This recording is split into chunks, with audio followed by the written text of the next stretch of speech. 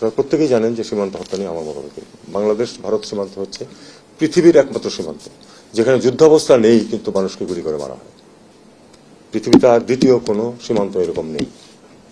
এটা আমি স্পষ্টভাবে বিভিন্ন সভায় বলেছি এবং এটার কোনো সমাধান আপাতত আমি দেখতে পাচ্ছি না। কারণ এমনকি আমাদের অফিসিয়ালরাও এক পর্যায়ে গিয়ে এটাকে জাস্টিফাই করার চেষ্টা করেছে, অন রেকর্ড, আপনাদের পত্রপত্রিকাতেই আছে। আমাদের অফিসিয়াল বলেছেন যে হ্যাঁ অপরাধ হয়েছে কাজে ইত্যাদি ইত্যাদি। অপরাধ হলে তাকে ধরে কোর্টে সোপর্দ করতে হবে, কোর্ট নির্ধারণ করবে তাকে কি শাস্তি দেওয়া যায়, কোর্ট তাকে শাস্তি দেবে। আপনি একজন বন্দুকধারী মানুষকে তাকে অ্যাকিউজার, জাজ অ্যান্ড এক্সিকিউশনার তিনটা পজিশন তাকে দিয়ে দিতে পারেন না। কিন্তু এটা হচ্ছে, কিন্তু আমরা নিন্দা করতে পারি, আপত্তি করতে পারি, সেটা করে যাচ্ছি আমরা। এর চেয়ে বেশি যদি কিছু করা সম্ভব বলে আপনারা মনে করেন তাহলে আমাকে জানাবেন, আমি চেষ্টা করবো সেটা। রোহিঙ্গাদের বিষয়, রোহিঙ্গাদের বিষয়টা হলো যে একজনও যায় নাই বলেন আপনারা ফেরত। একজন যাক এটা আমি চাই না। আমি চাই যে আমরা যদি 100 লোককেও ফেরত পাঠাতে পারি, কিন্তু that has to be part of a bigger deal. দুবার চেষ্টা হয়েছে কিন্তু 5,000 লোককে টোকেন ফেরত পাঠানো। আপনাদের মনে আছে আমি পত্রিকায় লিখেছি এটার বিরুদ্ধে, যে এটা শুধু মিয়ানমারকে একটা ওই পাবলিসিটি করার সুযোগ দেবে, আমাদের কোনো উপকার হবে না। 5,000 লোক নিয়ে তারা বলবে এই তো সমস্যা, আমরা বাইলেটারালি সমাধান করে ফেলছি, তোমরা এটা নিয়ে মাথা ঘামায় না। আমি সবসময় বিরোধিতা করেছি এটা।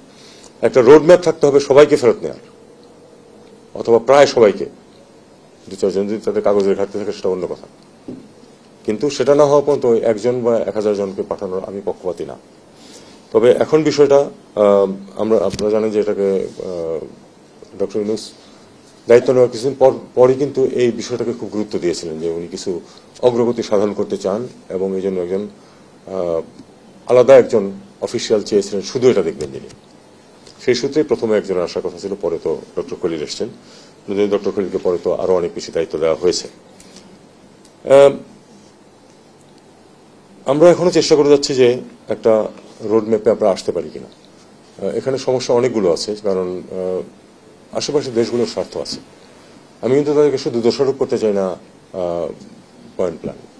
তারা তাদের স্বার্থ অনুযায়ী চেষ্টা করবে যে এই সংঘাত থেকে বা মিয়ানমারের পরিস্থিতি থেকে তারা নিজেদের স্বার্থ কতটুকু উদ্ধার করতে পারবে সেটা তারা চেষ্টা করবে।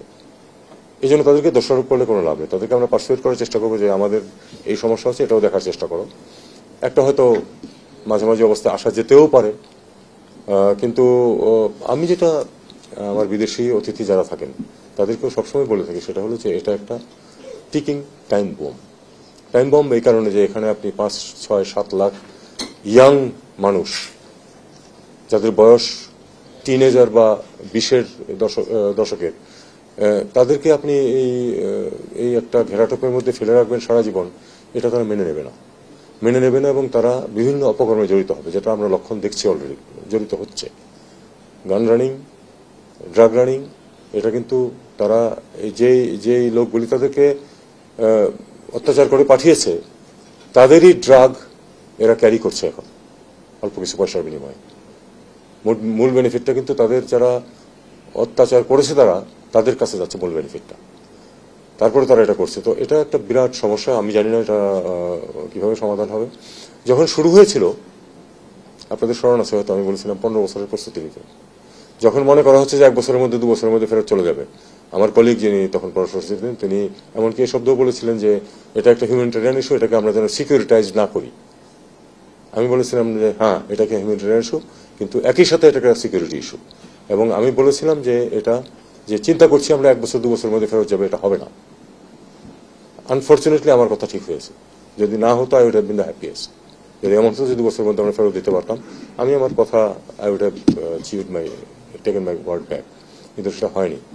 আমি বলেছিলাম যে আমাদেরকে 15 বছরের প্রস্তুতি নিতে হবে এদেরকে ফেরত পাঠানোর জন্য, এবং তার জন্য যা যা করা দরকার সবকিছু করতে হবে। আমি ডিটেলসে বলিনি।